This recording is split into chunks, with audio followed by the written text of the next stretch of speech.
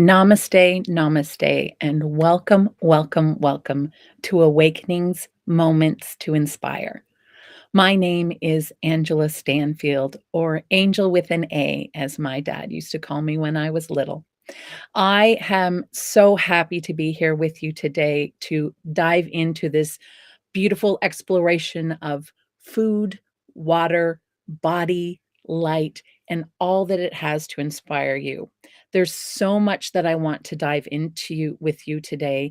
It is such a deep dive and something that's very personal for me.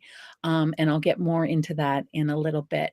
But I just wanted to say welcome to you all and to let you know that we're broadcasting live at onenesstalkradio.com, Oneness Talk Radio YouTube, and Oneness Talk Radio Facebook. And I believe all of those streaming platforms do have chat there available for all of you. So please correspond in the chat with me, interact with each other. That is how we co-create this day together, this hour together, is through the chat. Someday I will get that call board up and running, but right now I like the level of technology that I have to work with, so I'm just going to keep it at the chat level for sure.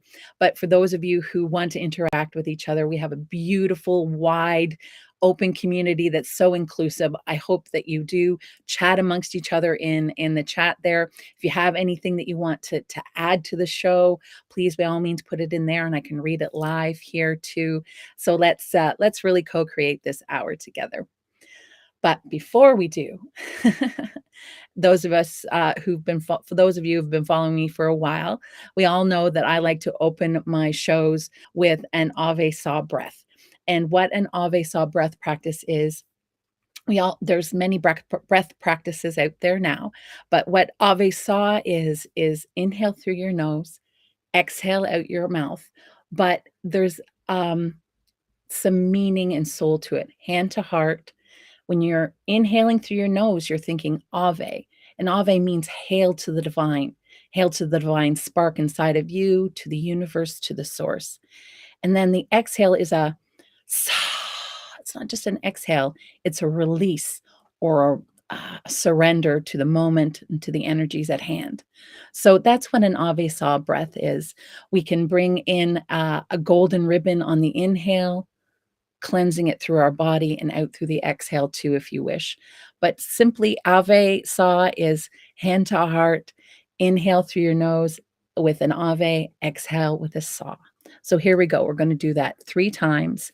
And remember, hand to heart and smile afterwards, because the smile is like the little cherry on top. It just adds that little bit of pleasant energy to the moment that helps to solidify and anchor it all right there. So here we go. We're going to do it 3 times. And then I suggest maybe on the last time we send that energy, that release and that saw of love and warmth out to the world and to Gaia and to all of those who are on her at the moment, whether you are having a beautiful day this fall, right after the fall equinox, like we are having currently here in Ontario, or if you're out there battling severe weather or other issues like political issues and war issues.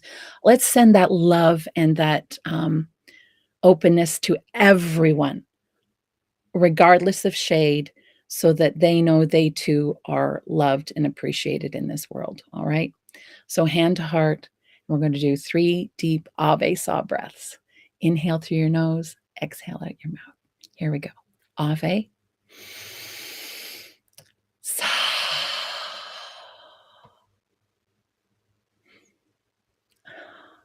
Ave. Saw. Let's really send that love. Ave. Saw.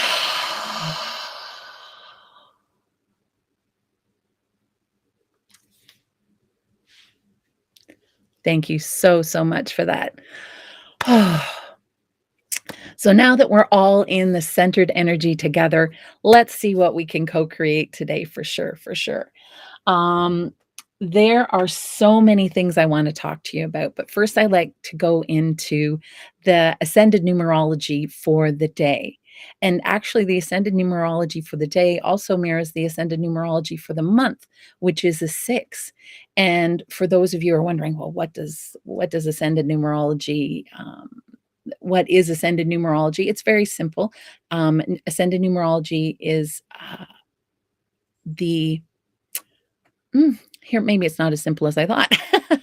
So Ascended Numerology, for me, very simply is um, the uh, the mission of your soul here within your lifetime, this lifetime, where numerology, which is a little different, it just discusses your lifetime and what your mission is here in this lifetime.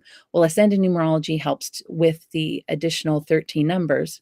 Um, there are 13 numbers in total. My apologies, 13 numbers. They help to add your soul's mission into your life's mission here on earth in this lifetime. So that's what an ascended numerology is. But it applies very, very much the same as numerology to days, dates. And today is a 6, just as the month of September is a 6. And what the 6 is in ascended numerology is the divine masculine and the divine feminine coming together to create that inspired action, that inspired Merkabah of action out into the world, that there's that wholeness between the two. And that's what the divine 6 is. In ascended numerology, it is that inspired action that we can come together and take out into the world to bring about peace, love, and joy to all those who are seeking it and wanting that.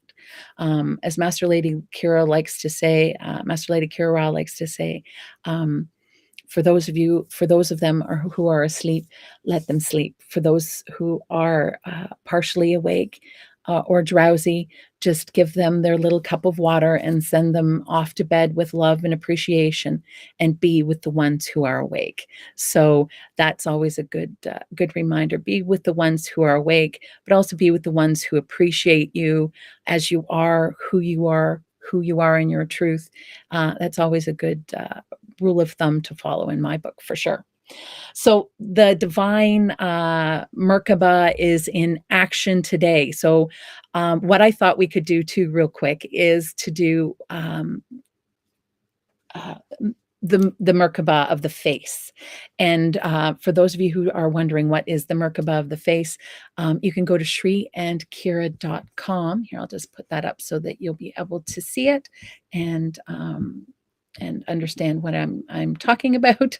And so go to shriandkira.com and you can learn more about the Merkabah of the face.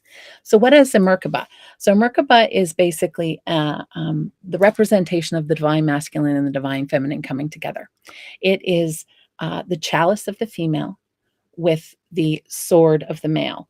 So the female's Merkabah of the face lays over from your eyes down to this little part in your throat. See the little divot in your throat right there? And the sword portion comes across at your mouth and goes up to your star consciousness, which is for me right there. So what we do is we activate our middle fingers here. You can do Ave Sa breaths.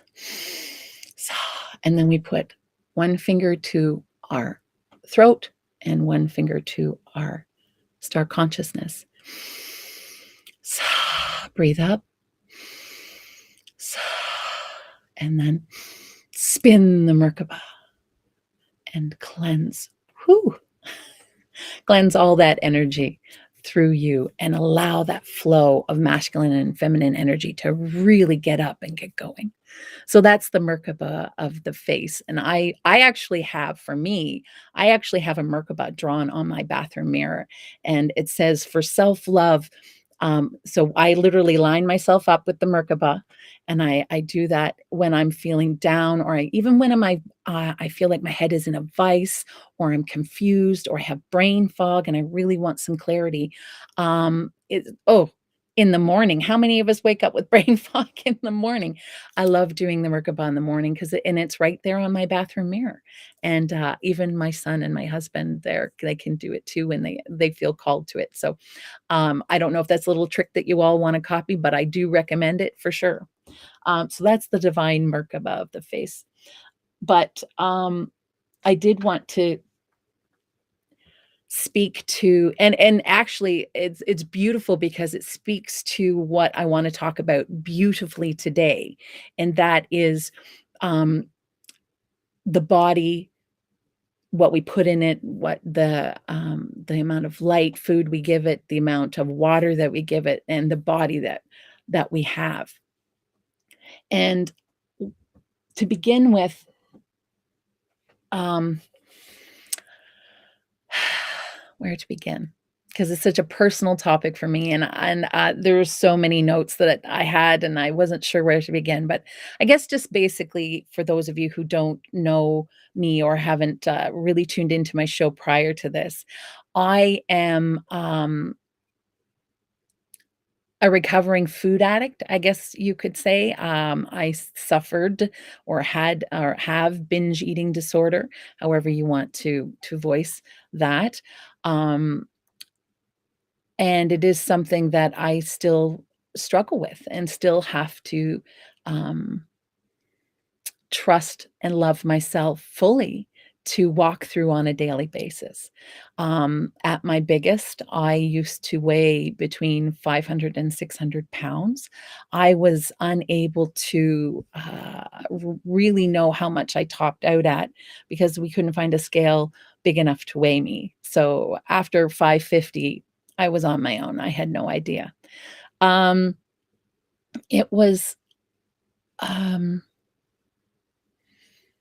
my my battle with weight and my life with weight has been pretty much lifelong.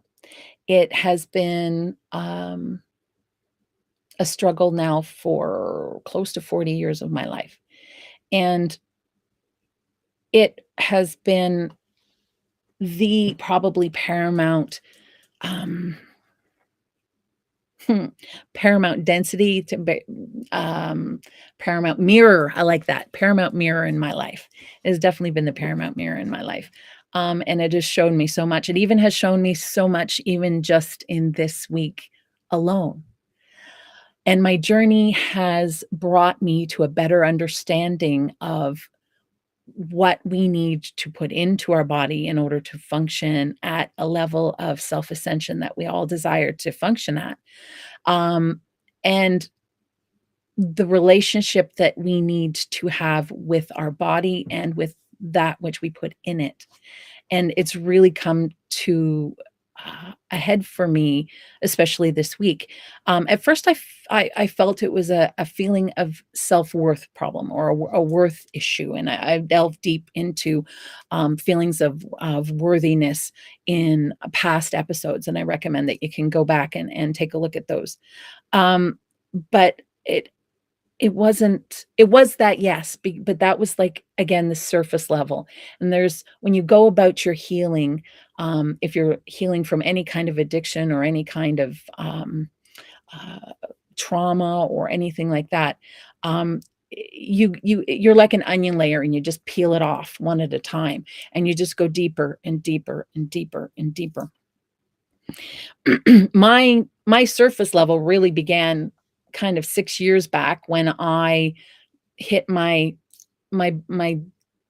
bottom, I guess, my end of the rope, there was nowhere else to go literally, but down or up, and I decided not to choose the down path because that wasn't where I wanted to go, and I decided to give myself one more try and just to trust in myself one more time, and it was literally try one new thing until each time until that anxiety around it lessened and I could see and trust myself, right? So when you're trying things that are new, and you've had, at least for me, this has been my experience, when you've had the years of programming that you've given to yourself and society's given you and so on and so forth, you've got to kind of get down to who you are and trusting who you are. And so I decided to do that, and I decided to trust who I was and to really dive deep into what was the cause of my weight. And because I had actually lost all of my weight. I had, about 10 years ago, just shed, literally, dropped it all, and, I was but very quickly after I stopped dieting and I was a strict diet, exercise, you name it, and it was strict, very restrictive food, and it was like I was forcing my body to just do what I wanted it to do, and I got it down there just out of sheer willpower, but as soon as I stopped dieting and started going back into the world at large, and, as the new me, I realized that all of the stuff that put the weight on in the first place, the things that need to peel off as the onion goes down, right? Those things were still there. So I still had the onion, which kind of stinks. So I was in the body that I had longed for and that I thought was going to give me the lifestyle and the things that I wanted in life. And that's true for all of us. We all have that, right? It's not maybe just the body. It could be the car, the job, the this. We're all like, oh, when I get this, my life will be different. Or when I get this, life will be better. And I had gotten there, supposedly. And when I did, I wasn't any happier. All the onion was still there in place and just as big and bold as you could see. And I'm not kid and it was not slowly but surely. It was packing the pounds back on so fast it was actually scary. And I got up to well over 400 pounds again, close to 500. And I was just like, I did it again. I was also battling fibromyalgia and other things, so I couldn't walk. It was I was not in a good place there. And so I decided very simply that I was going to give myself one more chance. And I did. And very simply, all I did was add one new thing to my routine. A day was my goal, but it didn't start out that way. So it was like add one new thing that you know you need to do in order to make your life better because you're trying to reprogram yourself, right? So one new thing. And so that one new thing was make sure I get my good water and at least my good solid 10 glasses of water a day. And that's where I started and make sure I get good water. Then I would add that in. Um, some things were more challenging, like trying to eat good food and then the other thing I also tried to do was maybe take away things that I knew weren't healthy. So I added one new thing, I took one thing away. And what I was trying to do was just show myself, my ego, my mind brain, that I could trust myself and that we could do this, that it wasn't and I think that right there is the number one thing that we need to learn to do for ourselves is for our bodies. And for many of us who've put our bodies through the ringers, um, or just in general, because there's so much illness that just seems to be cropping up in people who never had illnesses before, cancers that are cropping up in people that were supposedly healthy and were like vegans and exercise gurus, and they were doing all of everything right, and they are still getting these diseases and problems. And I think it boils down to establishing a communication with your body and an understanding with your mind and a trust between them and you, capital YOU, that everything will be fine. We just need to rely on each other and we'll get through this. So you need to have your body relax the anxieties, relax out the depressions. Your mind needs to relax the self-destructive life scripts that tend to blare through there all the time. And then with yourself, your capital YOU self and capital S self, when that can come in and say, I love you, you're doing great, I am not judging you. There is no judge here. We love you. We understand you. Just keep going. You've got this. When you can combine all three of those, that's when the magic happens. That's when the magic happens. But it really does kind of begin with gaining that trust with your body and with your mind. I like to say, my son has anxiety issues, but he's gets the same response when he's super anxious as when he's super excited. And the reason being is when the body doesn't know the difference. It's the same chemicals, the same hormones, the same everything else pumping through your body when you're excited as when you're super stressed and anxious. So your body doesn't know the difference between the two unless you can show it and teach it and trust it. Hand to heart, inhale, exhale. No, we've got this. Remember, we're not excited. And that hand to heart helps to really just calm the body down. It really does. It's just that contact that says, oh, right, okay, we've got this. It snaps you out of it. And it allows that body to go, okay, someone's behind the wheel. We've got this. We're not flying blind here and just running on anxious gasoline energy, which is not helpful for anyone and can make you sick if you're doing that all the time, right? If you're constantly doing and constantly running on gasoline, you're going to make yourself sick and you're going to run out of your own energy. So you've got to balance that with the being or the feminine energy of just sitting and relaxing and trusting and loving yourself first and getting that trust back. I don't think we've done that enough in the society today. We've not sat down and had these conversations with ourselves and with our own body and our own mind, because they really are, I have come to believe in my healing journey, units unto themselves, truly, truly. And my example came face to face with me this week because I had worked down my onion, going back to the beginning. I had worked down my onion to that core little bit, and or at least I thought I had, at least as far as my binge eating and my food addiction had been concerned, because I was feeling good about myself, and I still feel good about myself, and I feel very worthy and open to the experiences that I'm having here and now, like this radio show that I have, and so many beautiful things are blossoming. And what is causing me, because I've had a bit of a slide this year as far as food and my relationship with food. And I couldn't actually pin it down because I I didn't understand it until the very core of it all. And it boiled down for me when I was watching some family members who have severe social anxiety and severe social anxiety disorder, and just going out into the world, um, it causes dysphoria and a lot of problems for them.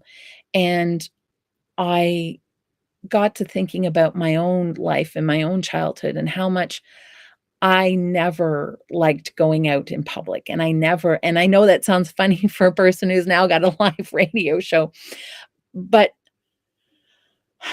I don't know, for some reason, these kind of interactions where I can just sit there and bare my soul to you and bear and talk to you all and inspire you all, for some reason that resonates differently with me.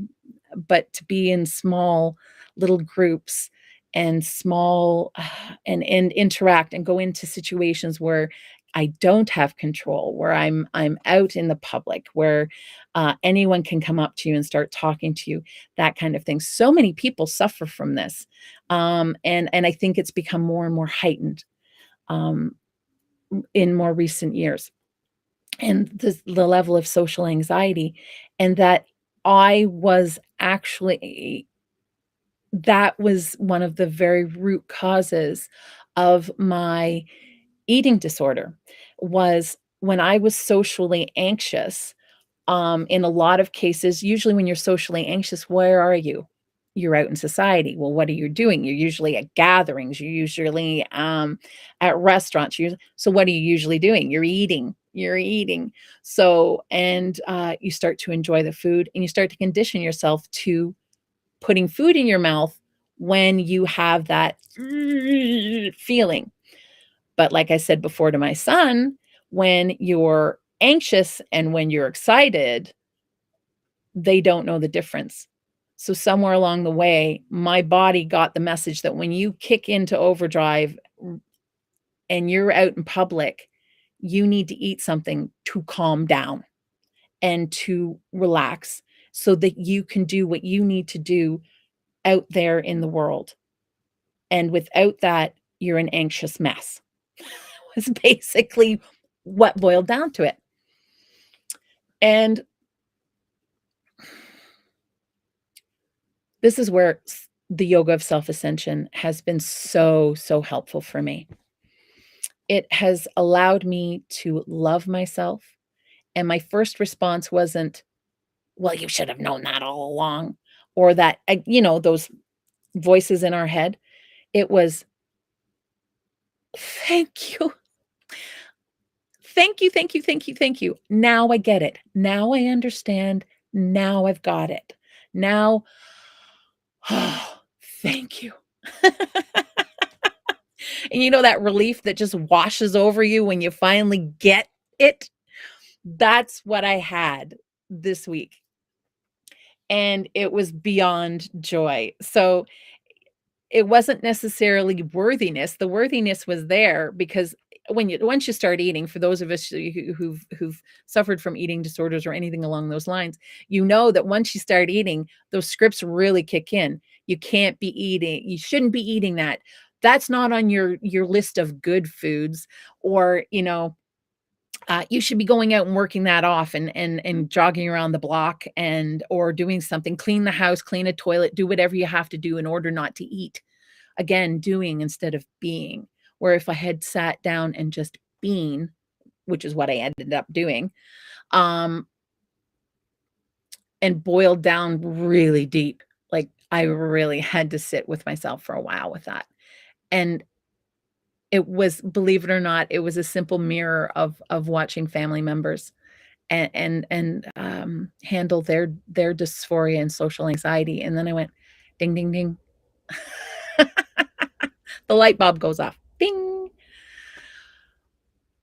But I really couldn't have gotten there. They're all steps, and they really do begin with just putting hand to heart and putting one foot out and trusting yourself and loving yourself. I say that I don't know how many times on my show. I should just say, love yourself. I should have a banner right across the bottom, love yourself, because that really is the key, right down to it. Forgive yourself. Forgive every time you stuff a chip in your mouth, or you do something, if you have an addiction that you quote unquote are not supposed to do. Be gentle with yourself, because when it boils down to it, in the dead of night, the only person that's there with you is you, right? So you got to love yourself and love who you are and know and trust who you are. And how does that start? By simply one good thing in front, one good thing a day, and one negative thing that you want to get rid of in your life a day, and spend the time to be with yourself as you do these exercises. Feel into your body. Are you okay? Even if you're not having an anxiety attack, or you're having issues, put your hand to your heart and say, I'm just checking in. How are we doing? Everything okay? Everything good? And put that hand to that heart and say, yeah, everything, yeah, I'm good. Everything's okay. Or if you need to, do those deep breaths. I recommend doing them anyway. So that's, in a nutshell, I haven't even really gotten into food and water yet, which we're going to, don't worry. But that is, in a nutshell, what I call being and doing in harmony with each other and learning to trust yourself. So, and learning to trust your body and have your body and mind and heart all sync together. I like to think of them as like three separate entities with three separate minds. And they're almost like your body is like that beautiful, young, innocent being who just wants to go out and play and be in joy and be in life and be in love. But it's been programmed to be terrified by the brain of everything that it sees outside the door. And then there's the more motherly figure who just smiles and goes, you know what? It's all good, guys. We can do this together. Just breathe and relax. And that's the brain we need to be listening to the most, the heart brain, right? The heart brain. And it has neurites in it, which are like neurons, which are in the brain. So there you go. So the heart has a brain of its own. Didn't know that one, did you?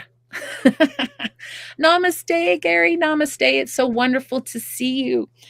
Oh, you know what? I'm just going to do it now. I was going to do it at the end of the show, Gary, but I'm so excited about it. I'm going to do it now. Gary has come up with an absolutely fabulous idea for the community of Global Minga and the Yoga of Self-Ascension. For those of you who are wondering, Angela, what are you talking about? If you go to shrihankira.com, you can learn more about Global Minga, and you can also learn more about the Yoga of Self-Ascension there. They are truly the teachers, mentors, and healers of the Yoga of Self-Ascension. So please go to shrihankira.com. They've got a beautiful, I'll go more into that a little later at the end of the show. But for those of you who are in the Yoga of Self-Ascension community and Global Minga, Gary came up with a beautiful, wonderful idea. And it is simply this. If we can come together, for those of us who are writers, who write poetry, prose, short stories, or even artists who want to contribute their artwork, we were going to try and put together a work of poetry and like a work of inspiration in book form to use as a fundraiser for the Global Minga projects. And we, again, if you want to, Global Minga projects are everywhere. But right now, many of us, them are taking place in Ecuador for the indigenous population there. But there's also the pyramids of peace that are going up. There's so much that we want to do out in the world to spread peace, love, and joy. That is the Global Minga project right there in a nutshell. So Gary had this beautiful, amazing, wonderful idea, and I really want to get behind it. And that is bringing together all of the people who want to write and want to donate their art, and we're all going to put it in book form and then put it out into the world for sale and as a fundraiser. So if you are wanting to be interested in that, please get a hold of me. You can get a hold of me at my email, which is waterloveandlight@gmail.com. And Gary, let's kick this off, guys. Let's really get this started. We need to think of a name, Gary. Think of a name, dear. So there we go. I was going to save that for the show, but I saw Gary had popped on here in the chat. So while he's here, and I know he's here, I wanted to include him for sure. So let's speak a little bit to the what we put in our body to fuel our heart and our mind and our body, which is very, very important. And I don't think we as a society have overall, many of us in the spiritual community, many of us who are in the organic community, who are in agriculture in general, probably are beginning to learn this. Definitely the indigenous communities know the sacredness and the importance of water. So we're going to dive deep into what we need to put in our body to fuel it and why we do so. I'm just going to take a sip of my coffee. Did anybody do their powerhouse coffee today for sure?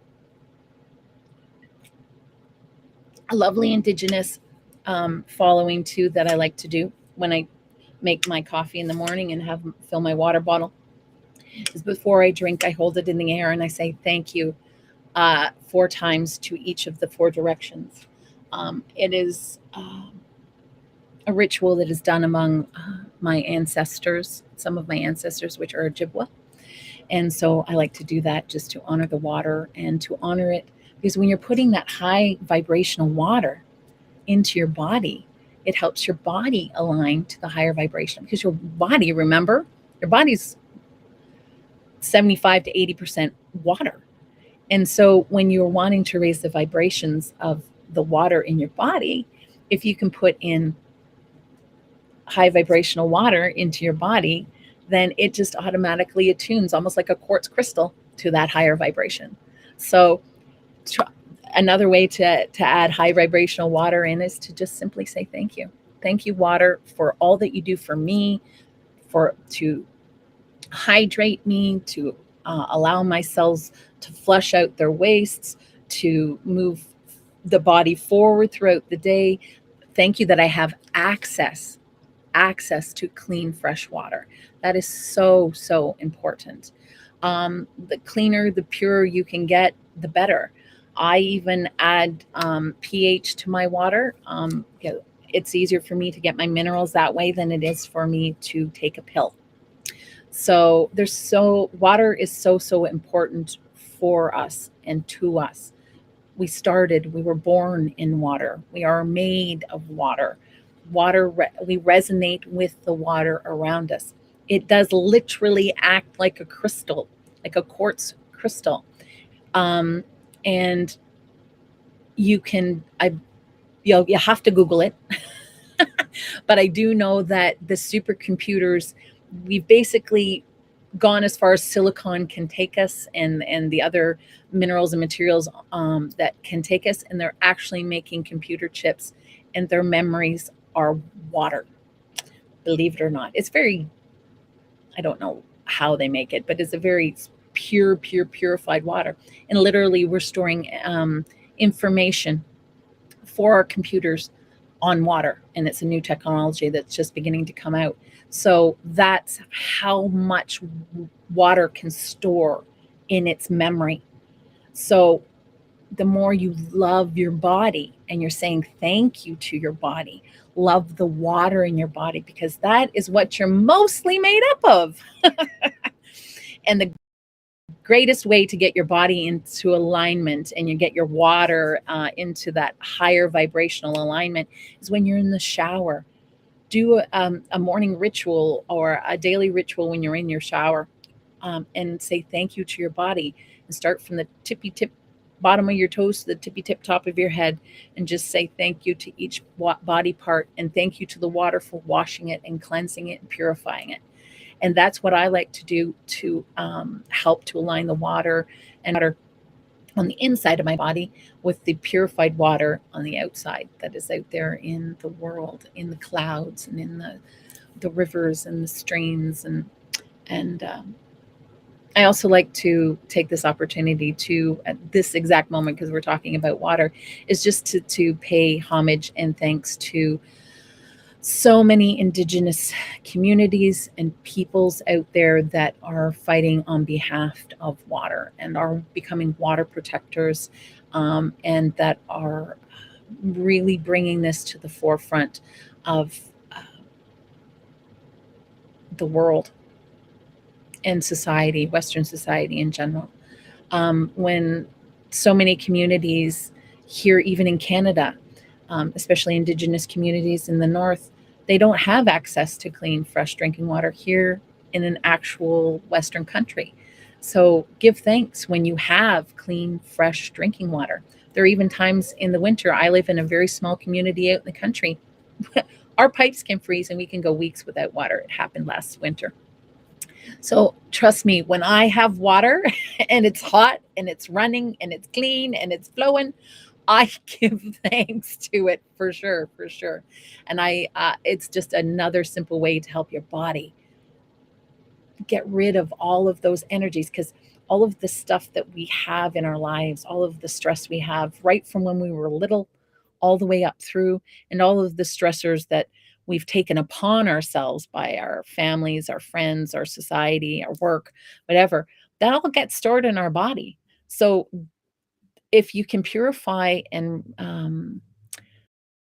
resonate at a higher level and give thanks to the water inside your own body, that really helps in a long way to lifting you and helping you to ascend and to let go of all of those trapped energies that are in your body.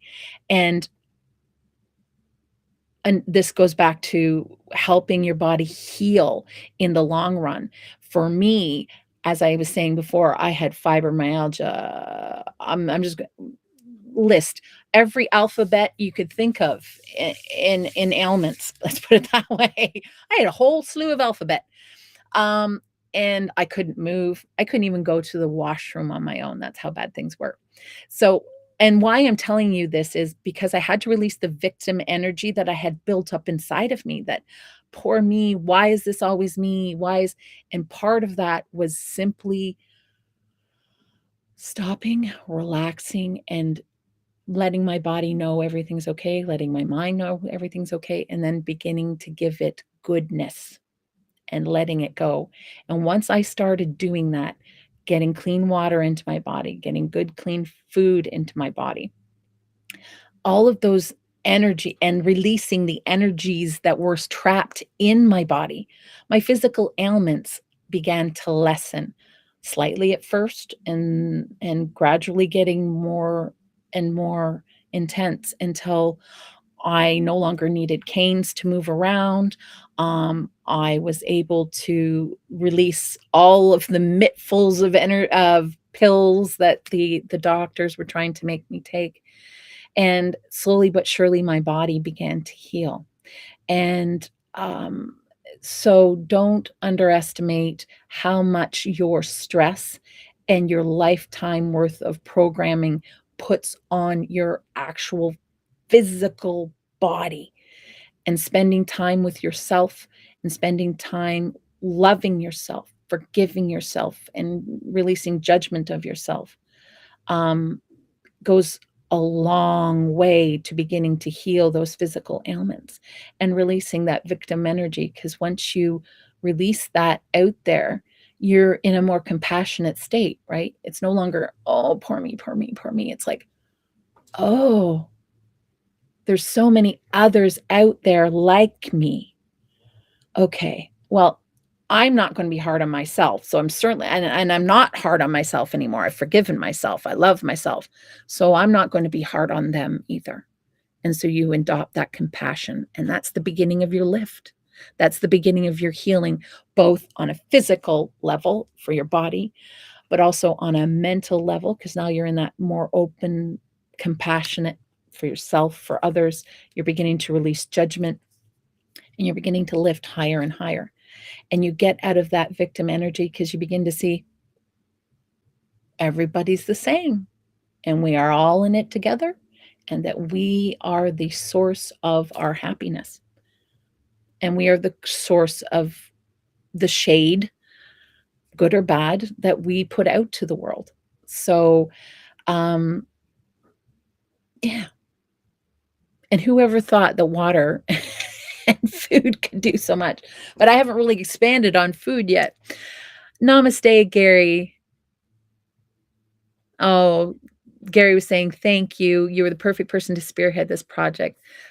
Touches of soul, or maybe soul's perspective. I like that. I'm sure we'll come up with something perfect. I'm sure we will too, Gary. I'm sure we will too. We'll put our hands to our hearts and our hands to our hand to our star consciousness and come up with a beautiful, beautiful name. So on to food. Food is just the same as water because we need to take in the sun.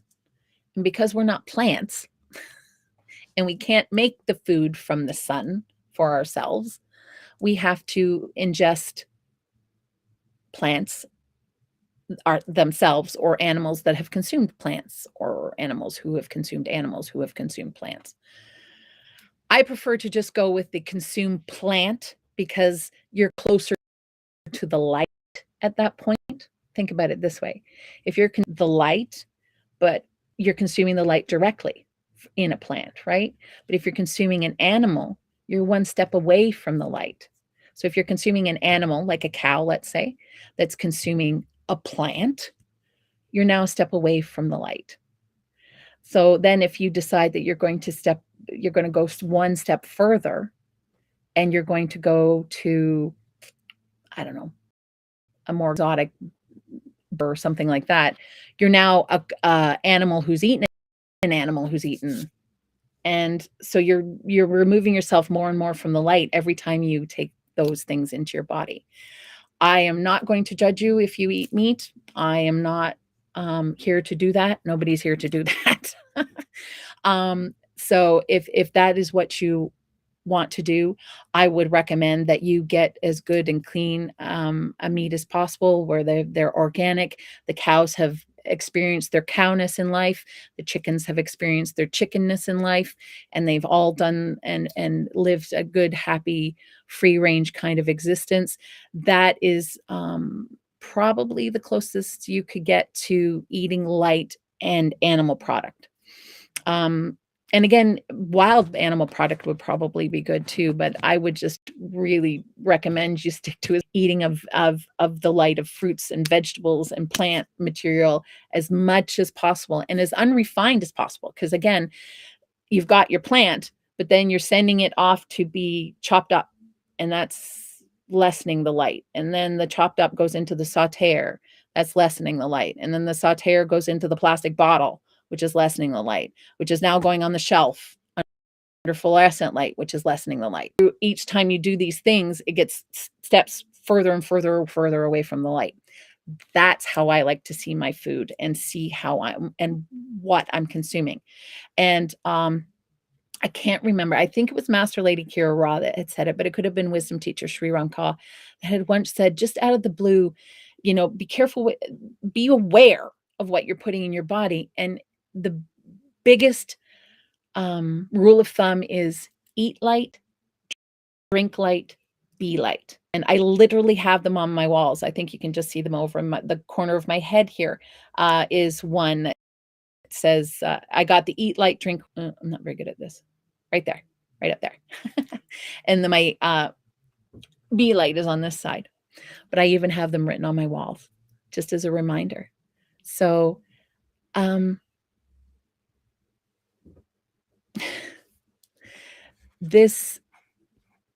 we really underestimate what our food does for us. Yes, it gives us energy and it propels us forward, but it can propel us forward with light energy, or it can propel us forward with energy that's been sitting under a fluorescent light for a month.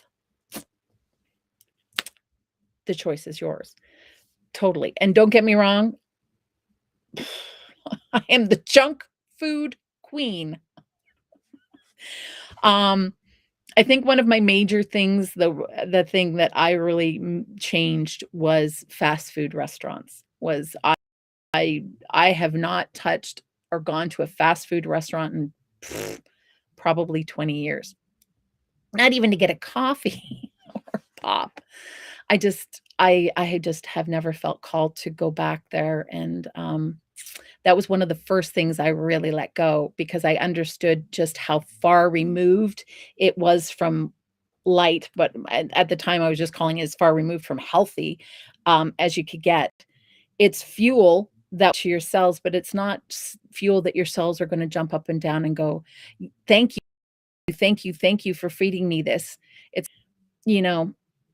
the orphans in the workhouses at the turn of the century in 1900, and then they're just sitting there with a little bowl of gruel. That's basically what you're feeding your body willingly this time, because those children didn't, and people back then didn't have the choices that we have an opportunity now. So try and keep as whole grain, as fresh fruit, as whole vegetables as you can, and try new recipes. That's the other part of this whole goodness, I just looked at the time. That is the other part of this whole story and this whole scenario.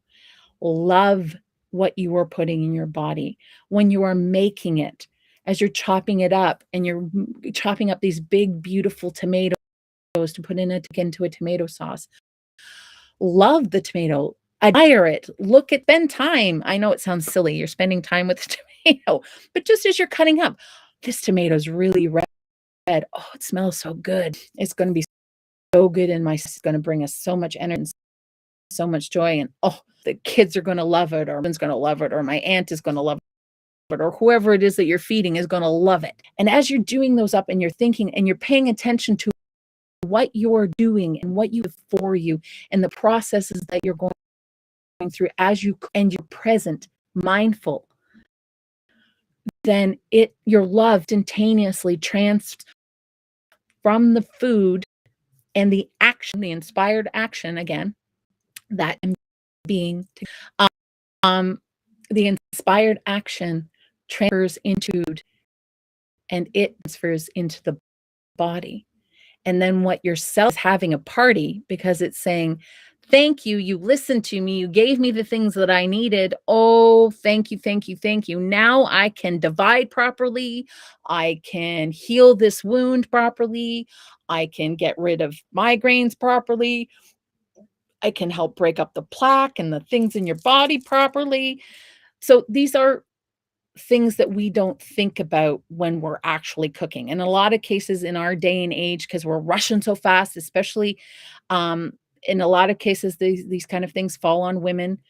And I really would like men to go out there and really learn to cook.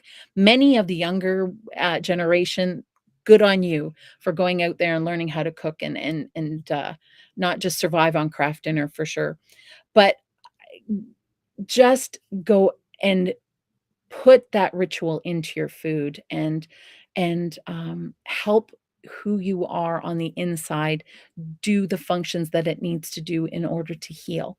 And that is the best that you can do for yourself just to start. You haven't even lost any weight. You haven't even, jogged a mile. You haven't even, you haven't really started the whole healing process, but you're going to begin to feel better because you have brought that light from the outside inside, and you're balancing it by putting higher vibrational water into it, and you're learning to trust yourself by putting your hand to your heart and reassuring your body that no, it's okay. We have got this. You don't need to eat that chocolate bar, or you don't need to go buy this, or you don't do that. You can love who you are in the moment now and be appreciative for the moment, who you are in the moment. We're getting this far. That's also very important. Be thankful for getting here and being here now in this moment, because it's so amazing, and we can build and manifest the lives that we want, right? And that we want to be of service to others. I know that's been one of my missions since I was a little girl, was just wanting to help others and loving to help. It has been part of my identity since as long as I could remember. But for the longest time, I made it toxic because of the stress of programming and stuff that I had in me. And that doing and run away. I was trying to run away from being and seeing the onion, seeing the thing that was or not in my throat and in my heart and in my third chakra that was going and stopping me up short from doing the things that I wanted to do and loved to do in life. And it all started very simply with water, food, hand to heart, breath practice, and learning to love and trust myself. In that, ladies and gentlemen, boys and girls, and all out there, we have come to the end of our show again. This time flies so fast, so fast. Just a few last minute things that I wanted to let you know about that are coming up in the month of October. Oh my goodness, can anybody believe that we are here? October 2022. I I would say I can't believe it, but I can. But it just seems like it flew by, um, beautifully, and with all of the great, distractions and mirrors and awareness and choices and experiences that we've had over the course of the last 8 months, we are now going into month 9. So in month 9, no, month 10, I'm already behind myself. We're now going into month 10, and there's so many things coming up. Just Jintanin will be doing a full moon ceremony again, I'm sure. So if you want to know about that, there is selfascensionstudios.com. I will be having my regular new moon circle in October. I don't have the October calendar up there. I'll have to get it up for you. But that will be on the new moon in October. So if you want any information on that, you can go to just email me there at waterloveandlight@gmail.com, or you can go to my website too, which is watersofself-ascension.ca. And when I get it posted, I don't think I have it posted yet, and you can get more information on it there. And I also want to bring to light a very important and very wonderful, um, a very wonderful course that is coming up here in at the very beginning of October, October 1st. So this Saturday, it is the Ancient Ascension Mysteries Egyptian Healing Rods. So if you own Egyptian healing rods, and if you don't, you can go to egyptianhealingrods.com. There, I I am manifesting my set as we speak. But if you have your rods already, Shri and Kira are offering a beautiful course that is coming up here the very 1st of October, so this Saturday. And I would recommend it's for free if you have your Egyptian healing rods. And just go to shriandkira.com and you can sign up for that. It's called the Ancient Ascension Mysteries. So by all means, I will just find that somewhere along here, shriandkira.com, and you can get the registration for that. So, oh, I guess it's all over all again. Oh my goodness. It all goes so fast. And I just wanted to say thank you to all of you who have been here with me today, co-creating this hour. It has been so much fun. Thank you, Tropical One. It's so wonderful to see you. Um, I am so thankful for this audience, for Oneness Talk Radio, for this show, because it has helped